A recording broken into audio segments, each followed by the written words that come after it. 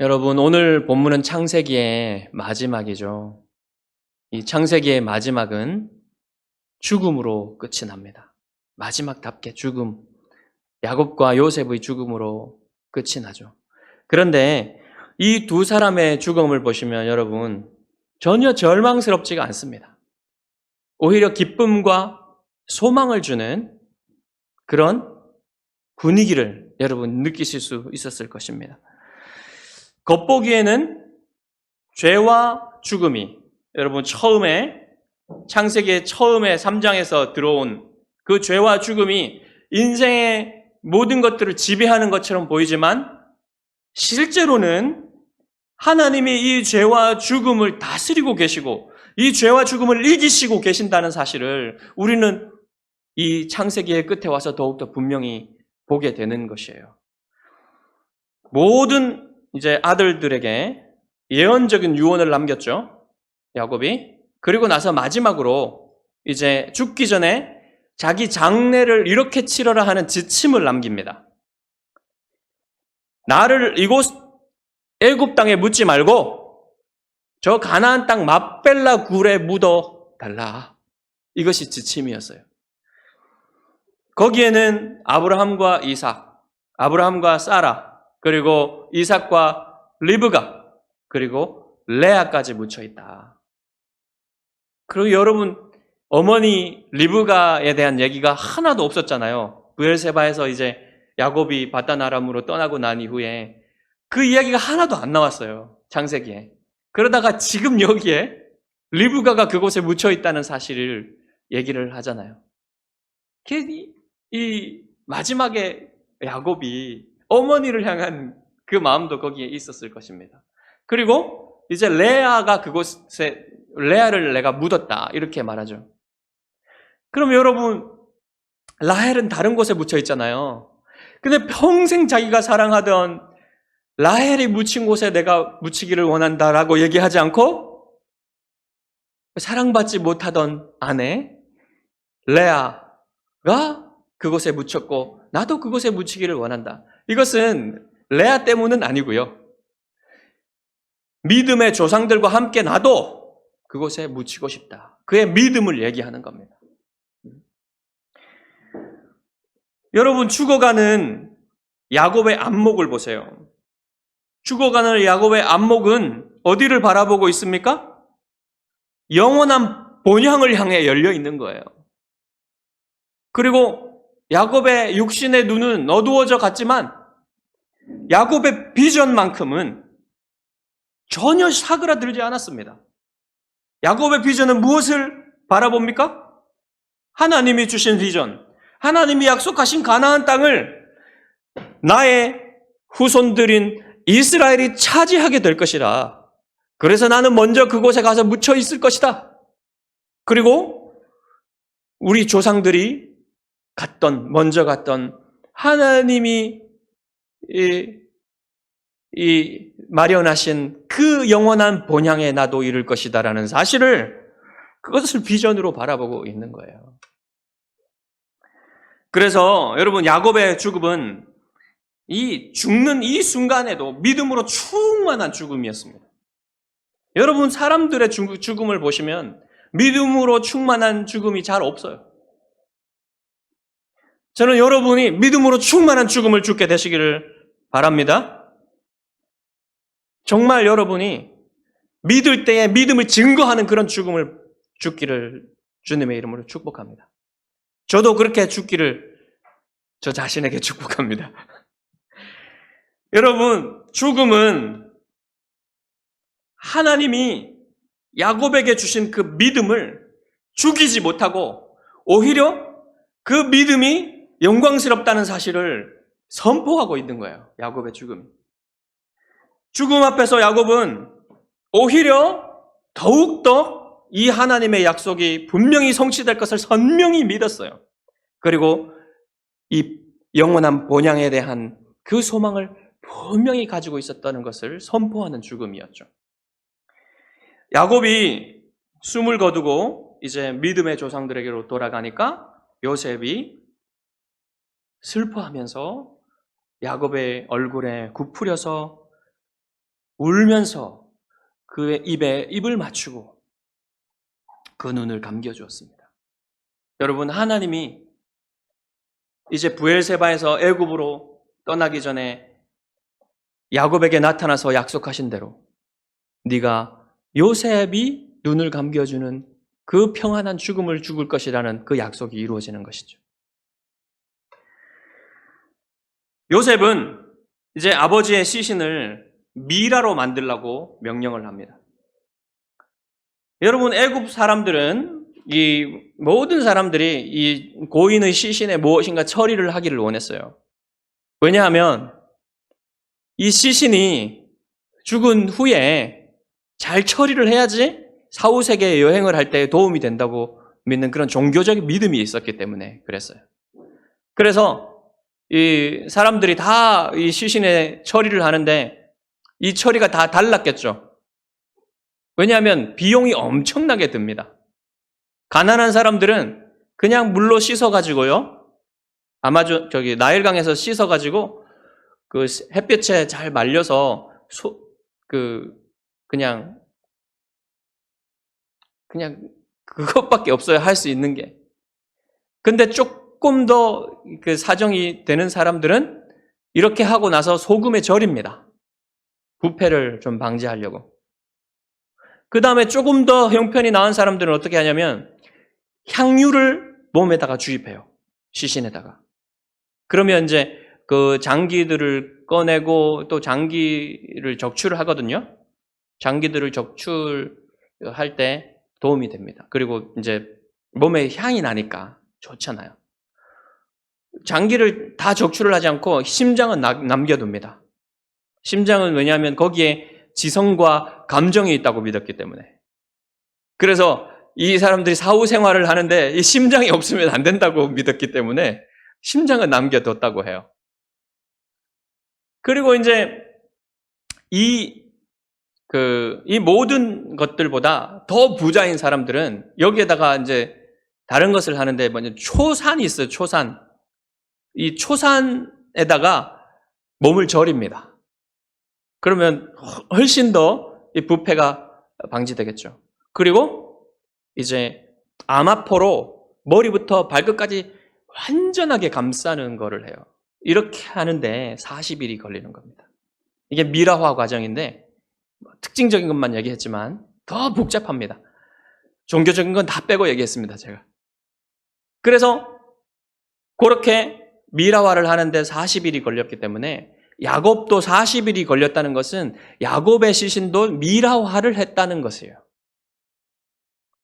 근데 요셉이 여러분 이 종교적인 믿음으로 그 미라화를 했겠습니까? 아니겠죠.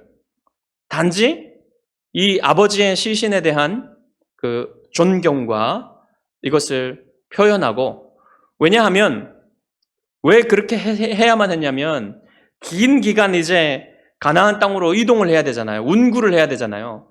그럴 때 뭐 시신이 흘러내리고 이러면 안 되지 않겠습니까? 위생적인 이유도 있었을 것이고 또 편리를 위해서 운구하는 사람들도 편리를 봐야 되겠죠. 이 모든 것들을 봤을 때 미라화가 좋은 것이죠. 그래서 했다는 것이죠.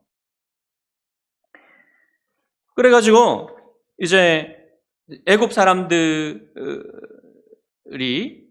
70일 동안 야곱을 위해서 애곡을 했다 그래요. 자, 이 70일은 미라화 하는데 40일. 그리고 이스라엘 사람들이 그 애곡하는데 위대한 사람들을 애곡하는데 30일을 애곡을 했습니다. 여러분 보시면 그 아론과 모세가 죽었을 때 각각 30일간 애곡을 했거든요. 이 기간을 합치면 70일이 되는 거예요. 근데 여러분 70일이라는 기간이 여러분 아무한테나 주어지겠습니까? 아니죠. 바로의 허락이 있어야만 이 70일의 애도가 될 수가 있는 거예요. 왜냐하면 바로가 죽었을 때 72일을 애곡합니다.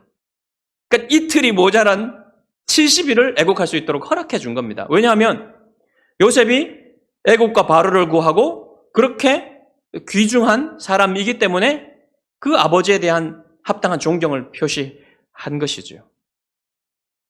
그래서 요셉은 이제 바로의 허락을 받아가지고 아버지의 명령대로 이제 장례를 위한 길을 떠납니다. 이때 장례 행렬에 참석한 사람들을 보면은 이 장례의 규모가 얼마나 큰지를 알 수가 있어요. 먼저 누가 참석했냐면 바로의 모든 신하들과 바로 왕궁의 원로들과 애굽의 모든 원로들이 참석을 했다고 했어요. 여러분, 애굽에서 이름 있는 모든 사람들, 그러니까 요셉 앞에 다 온 거예요. 안 보이면 안 되겠죠? 요셉 앞에 와가지고 다 이제 조문을 하는 겁니다. 모든 부자들, 이름 있는 사람들이 다 오니까 여러분 그냥 오겠습니까? 종들 하나둘씩 다 데리고 오겠죠? 얼마나 많겠습니까? 거기에다가 이제 야곱의 식구들 다 와야 되겠죠? 어린아이들과 그 양떼와 소떼만 빼놓고 가축들만 빼놓고 이제 다 왔다고 했어요. 그러니까 뭐 어린아이들의 어머니들도 못 오겠죠? 그 외에는 다 이제 가족들이 참여를 하는 겁니다. 그리고 나서 이제 마지막으로 누가 참여했다고 합니까? 전차와 기병, 전차 부대와 기병이 참석했다고 그랬어요. 왜냐하면 애굽의 귀인들이 다 참여하니까 호위를 해야 되겠죠.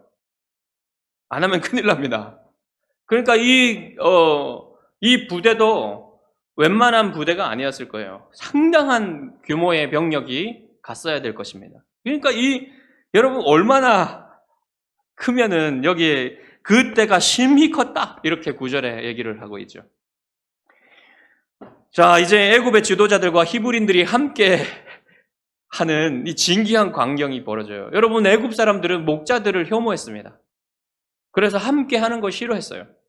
그런데 이 큰 떼가 히브리인들은 이제 수염을 길렀고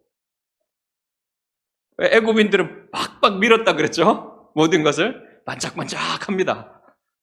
그런 사람들과 이제 군인들이 번쩍번쩍하는 칼과 이런 그런 전차들을 몰고 가는 이 행렬이 얼마나 이상하기도 하고 뭐 하여튼 놀랍기도 하고 그렇겠습니까? 그러니까 역사상 처음으로 이러한 행렬이 이루어지는 거예요. 한때 세상과 하나님의 백성이 이렇게 화목하게 잘 지내고 있었다. 이런 것이죠. 예, 그래서 그때는 애굽이 이스라엘 하나님의 백성을 축복했기 때문에 애굽도 엄청 잘 된 겁니다. 자, 이제 장례 행렬이 택한 루트를 한번 봐야 됩니다. 이게 좀 이상해요. 10절에 보시면 그들이 요단강 건너편 아닷 타장마당에 이르렀다 그랬죠. 여기가 어디냐면요, 여러분. 여리고 근처입니다. 여리고 근처. 사해 위에 여리고 근처에 어느 곳이에요. 그러면 여러분 이게 이제 이 동편에서 바라보느냐 서편에서 바라보느냐에 따라서 이 건너편이 어딘지가 결정됩니다. 근데 건너편인데 어느 쪽인지는 몰라요. 그래서 이 아닷 타작마당이 요단 동편인지 요단 서편인지는 알 수가 없습니다. 근데 확실한 게 하나가 있어요. 뭐냐면요. 이 장례 행렬이 택한 루트가 가장 빠른 길을 놔두고 가장 빠른 길은 어디냐면요. 고센 땅에서 바로 해변길을 따라서 가사로 올라갑니다. 블레셋 가사라는 성이 있죠. 그 성읍에서 바로 질러서 들어가면 헤브론이에요. 이게 가장 빠른 길입니다. 근데 어떤 이유인지 몰라요. 뭐 정치적인 이유가 있었는지 모르지만 그 길을 놔두고 광야를 쫙 횡단해서 사해 밑으로 사해 남부를 이렇게 우회해가지고 사해 동편으로 올라가서 요단강을 건너는 그 루트를 택했다는 겁니다. 긴 루트죠. 그러니까 그곳에 가가지고 뭐 쉼도 필요했을 겁니다. 원로들도 있으니까. 그렇죠? 나이 든 사람들 좀 쉬고 또 그곳에서 공식적인 애곡의 예식을 행하기 위해서 쉬었다고 그래요. 7일간 공식적인 애곡의 행사를 위해서 쉬었다고 합니다.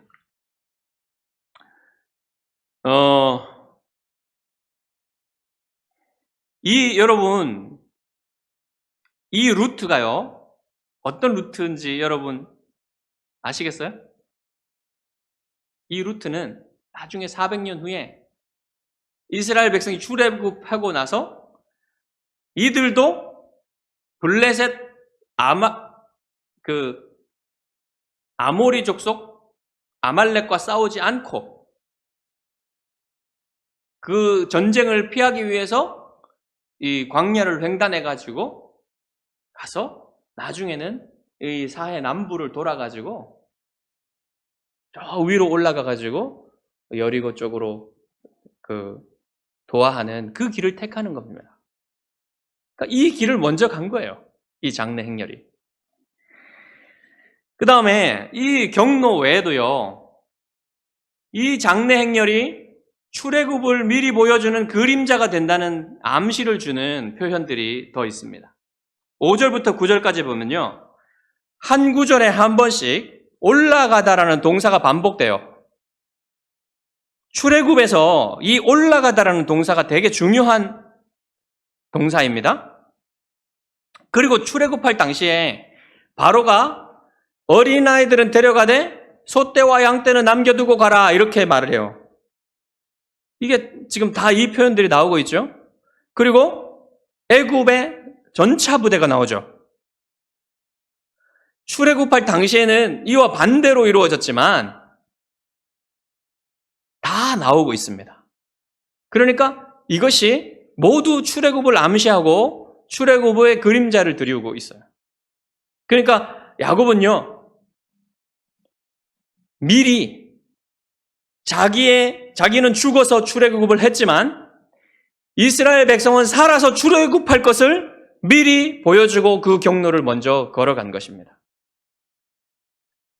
그래서 여러분, 궁극적으로 새로운 이스라엘인 교회는요, 새로운 모세인 예수 그리스도의 인도함을 받아서 새로운 출애굽을 할 것을 우리가 바라보게 되는 거예요. 우리는 이미 새로운 출애굽을 한 사람들입니다.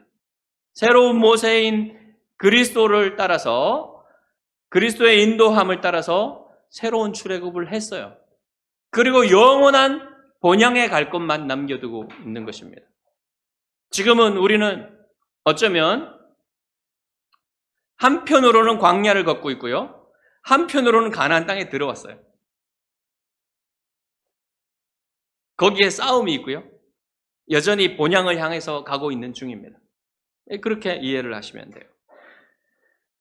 야곱은 죽어서도 이스라엘 믿음의 길을 인도하는 데에 사용된 거예요. 죽어서도 그렇게 사용된 겁니다. 여러분의 죽음도 그렇게 되기를 바랍니다. 여러분의 자녀들과 자손들과 후세대들에게 여러분의 죽음이 그들의 믿음을 인도하는 그런 죽음이 되기를 바랍니다. 그러려면 잘 살아야겠죠? 삶이 없이 어떻게 좋은 죽음이 있겠습니까? 자, 이제 아닷 타작마당에서 7일간 애곡한 것은 공식적인 애곡의 예식이라 그랬죠? 히브리인들은요, 애곡을 할 때 큰 소리로 울면서 자기 옷을 찢습니다. 그리고 나서 그 삼베옷으로 갈아입어요. 그리고 금식을 합니다. 그리고 맨발로 머리에 아무것도 쓰지 않고 걸어가요.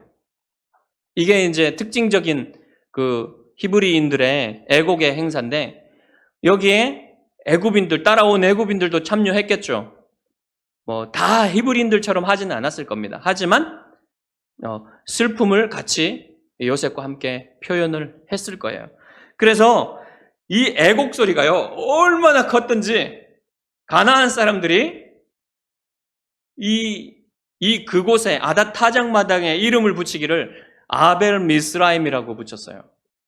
미스라임은 여러분 함의 아들 미스라임 기억나십니까? 함의 아들 미스라임이 애굽의 조상이에요. 그래서 애굽의 원래 이름이 미스라임입니다. 그래서 아벨 미스라임이라는 건 애굽의 곡함이란 뜻입니다. 그럼 여러분, 이 사람들이 애굽 사람으로 인식하겠죠. 애굽에서 왔으니까. 그래서 아벨 미스라임이라는 이름을 붙였다는 거예요. 이 7일간의 애곡이 끝나고 이제 장례 행렬은 헤브론으로 내려가서 야곱을 막벨라굴에 묻습니다. 이 아직 이스라엘에게 속한 것은 이 작은 땅밖에 없지만 요셉과 형제들은 모두 하나님이 약속하신 이 가나안 땅이 모두 자기들의 후손들의 것이 될 것을 다 믿어요. 다 믿습니다. 요셉과 형제들이 이런 믿음을 가지고 있다는 사실을 수많은 따라온 내곱 사람들은 전혀 아무 상관도 없고 관심도 없어요. 전혀 모릅니다. 여러분, 이런 불행한 일들이 있지 않기를 바랍니다. 여러분은 모두 이 신앙생활을 하면서 믿음의 일이 무엇인지 분명히 알고 믿는 그런 신앙생활이 되기를 원합니다. 신앙생활은 하지만 믿음의 일이 무엇인지 전혀 모르고 하는 사람들도 있어요. 그렇게 되지를 않기를 바랍니다. 이제 가나안으로 떠났던 모든 사람들이 애굽으로 다 돌아왔습니다. 그런데 요셉과 형들 사이에 이제 야곱이 없잖아요.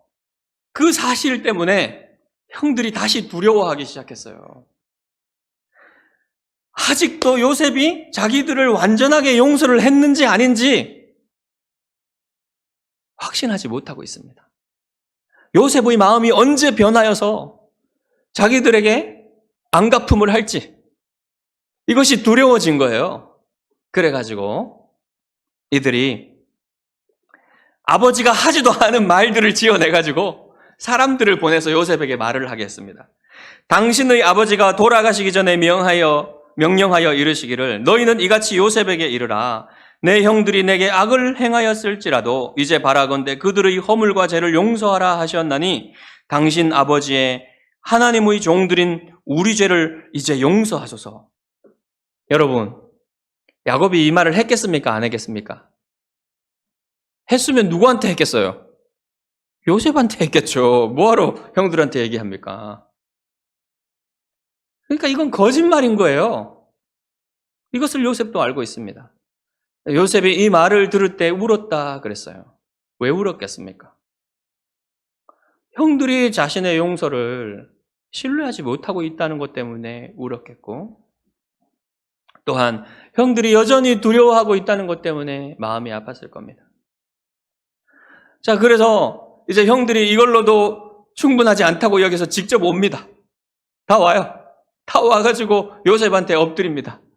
다시 한번 요셉의 꿈이 이루어지죠. 그리고는 뭐라고 말합니까? 우리는 당신의 종들이니이다. 여러분, 형들의 두려움은요, 우리가 하나님 앞에서 정말 하나님이 누구신지를 알면 느끼게 되는 두려움과 비슷한 겁니다.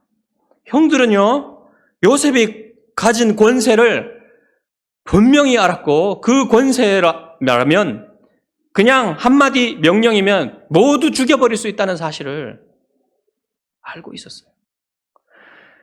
여러분, 정말로 사람들도요, 하나님이 누구신지 알고 하나님의 진노와 하나님의 죄를 미워하시고 하나님의 심판을 알기만 한다면요, 다 두려워 떨 수밖에 없습니다. 만약 하나님에게 용서와 자비가 없다면 어떻게 되겠습니까? 지금 바로 불이 내릴 겁니다. 그래서 하나님의 자비와 하나님의 용서를 우리가 받고 있기 때문에 지금 불이 내리고 있지 않는 거예요. 요셉이 형들에게 대답합니다. 두려워하지 마소서. 내가 하나님을 대신하리이까. 당신들은 나를 해하려 하였으나 하나님은 그것을 선으로 바꾸사 오늘과 같이 많은 백성의 생명을 구원하게 하시려 하셨나니 당신들은 두려워하지 마소서. 내가 당신들과 당신들의 자녀를 기르리이다. 이렇게 말하고 간곡한 말로 형들을 위로했다고 해요. 여러분, 요셉이 형들에게 대답한 말을 보면요, 자신의 용서를 모두 하나님의 뜻으로 돌립니다. 요셉이 형들을 용서할 수 있었던 것은 하나님의 뜻을, 하나님의 섭리를 이해할 수 있었기 때문이죠. 하나님이 그것을 깨닫게 해 주셨기 때문에 요셉이 형들을 용서할 수 있었고, 또 하나님이 자비로운 마음을 요셉에게 주셨기 때문에 용서할 수 있었다는 것입니다. 하지만 여러분 어떻습니까? 요셉이 용서하는 게 쉬웠을까요? 결코 쉽지 않았어요. 오랜 세월과 하나님의 은혜가 필요했습니다. 요셉의 말을 보면요, 형들의 악행에 대해서 그냥 넘어가지 않습니다. 그냥 뭐 없었던 일로 이렇게 얼버무리지 않아요. 분명히 말해요. 당신들은 나를 해하려 하였다. 분명하게 말하죠. 여러분, 죄는요 분명한 거예요. 악행은 분명한 겁니다. 그게 뭐 없어지지를 않아요, 하나님 앞에서. 그리고 사람들의 기억 속에서도 그냥 없어지질 않아요, 악행은. 요셉의 마음속에도 그게 분명하게 남아있는 거예요. 그것은 매우 매우 악한 행동이었습니다. 요셉을 매우 매우 아프게 만들었던 거예요. 사실 형들의 죄는요, 형벌을 받아야 마땅하죠. 그렇죠, 여러분? 형들도 그걸 알고 있었어요. 자기들의 이 죄가 얼마나 악하고 형벌을 받아야 마땅한지를 분명히 알고 있었습니다. 그래서 회개와 용서는요, 이럴 때 이루어지는 겁니다. 자기가 하나님 앞에서 얼마나 큰 죄인인지 그것을 깨닫고 하나님의 진노와 하나님의 심판을 두려워하면서 슬퍼할 때, 그때 여러분 용서할 준비가 된 거예요. 용서를 구할 준비가 된 거예요. 그때 비로소 사람들은 하나님께 용서를 구합니다. 그리고 하나님 앞에 용서받을 수 있는 길을 구하는 거예요. 그런데 성경이 우리에게 말해주는 그 용서를 받을 수 있는 유일한 길이 뭐라고 얘기합니까? 예수 그리스도의 십자가에서 흘리신 그 보혈, 그 대속의 은혜를 받는 길밖에 없다. 그것을 구하여 받는 것밖에 없다. 그것을 믿고 하나님의 용서를 받는 길밖에 없다고 우리에게 말해주고 있는 것입니다. 그것을 받지 못하면 여러분 용서를 받지 못하는 거예요. 심판을 피할 수 없는 겁니다. 그렇게 해서 이제 하나님은 아담과 하와의 범죄를 통해서 이 세상에 들어온 이 죄와 죽음을 이기시는 모습을 보여주고 있습니다. 여러분, 요셉은 예수 그리스도 안에서 우리를 용서하시는 하나님의 승리를 보여주고 있어요. 요셉이 만약에 여러분 이 죄를 더 큰 안갚음으로 갚았다면 요셉도 죄에 당하고 말고 지고 만다는 것을 보여주겠죠. 그러나 요셉은 이 죄를, 악행을 용서로 갚았어요. 이것은 하나님이 십자가에서 우리의 죄를 용서하시는 것으로 우리의 죄를 이기시는 모습을 보여주는 겁니다. 미리 보여주는 거예요. 그러니까 십자가에서 우리의 죄를 대속하신 그리스도의 영이 이때 요셉 안에서 역사하고 있었던 겁니다. 이렇게 하나님이 죄를 이기시는 모습을 요셉 안에서 보여주고 있는 거예요. 여러분, 우리는 서로에게 죄를 범하고 서로에게 상처를 주죠. 그때 용서하는 게 쉽지 않습니다. 어떻게 우리가 용서할 수 있습니까? 요셉에게 그 힌트가 있어요. 뭡니까? 하나님의 섭리를 깨닫는 거예요. 하나님이 우리에게 대한 뜻이 있다는 것을 깨닫는 겁니다. 우린 다 서로 죄짓고 서로 상처를 주죠. 그것을 용서하며 용납할 수 있는 것은 거기에 하나님의 뜻이 있다는 것을 보는 거예요. 그리고 또 하나는 뭐냐면 하나님의 자비하심을 구하는 겁니다. 하나님의 자비와 사랑이 내 영혼을 강권하시도록, 그리스도의 사랑이 내 마음을 강권하시도록, 그리스도의 자비와 사랑이 내 영혼을 컨트롤하시도록 기도하는 겁니다. 그렇게 기도할 때 우리가 조금이라도 그리스도를 닮은 용서를 할 수 있는 거죠. 그런데 서로를 용서하는 것보다 더 중요한 게 뭐냐면요. 더 우선순위가 뭐냐면요. 하나님께 용서받는 겁니다. 하나님께 용서받지 못하면요. 진정 용서하는 사람이 되지 못해요. 만에 하나 사람을 내가 용서할 수 있다고 해도요. 정말로 하나님 앞에 영원한 용서를 받지 못하면 영원한 심판입니다. 뭐가 더 중요하겠습니까, 여러분? 선행을 하고 도덕적으로 살고 윤리적으로 사는 것이 중요하겠습니까? 그게 먼저가 아니에요.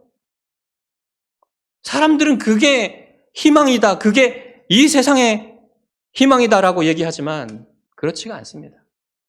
하나님께 용서받는 것이 먼저예요. 여러분, 그것을 받아야 됩니다. 하나님의 용서를 받아야지 여러분, 참으로 하나님의 용서가 흘러갈 수 있어요.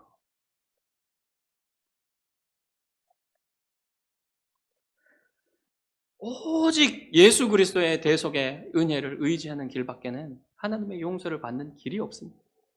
그 길밖에 없어요. 창세기의 마지막 중의 마지막은 이제 요셉의 죽음이에요. 요셉이 애굽에서 110세까지 살았다고 합니다. 여러분, 110세는 애굽 사람들이 가장 이상적인 장수의 나이로 보는 나이입니다. 그러니까 잘 살았죠. 에브라임의 손자 3대까지를 봤다고 했는데 이게 에브라임의 손자까지를 얘기하는지 에브라임의 증손자까지를 얘기하는지, 그러니까 요셉에게는 증손자까지인지 고손자까지인지 말하는지를 분명하지를 않아요, 이게.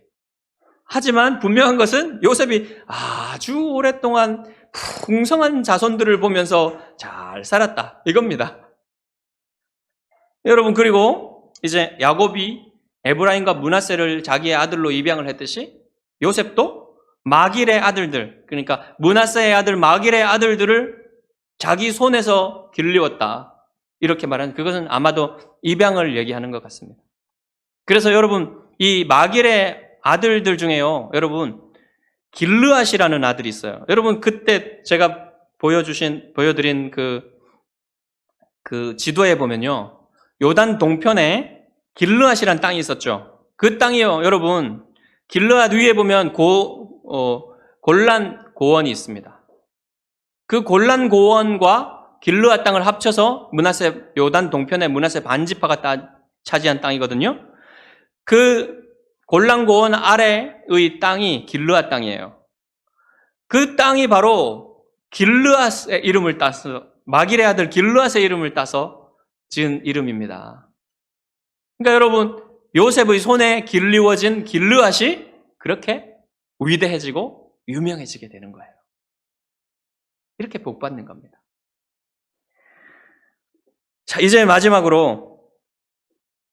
얘기하기 전에 여러분도 여러분의 자손들, 그리고 자손들을 넘어서 여러분 영적인 자손들을 여러분의 손으로 많이 길러내는 사람들 되기를 주님의 이름으로 축복합니다.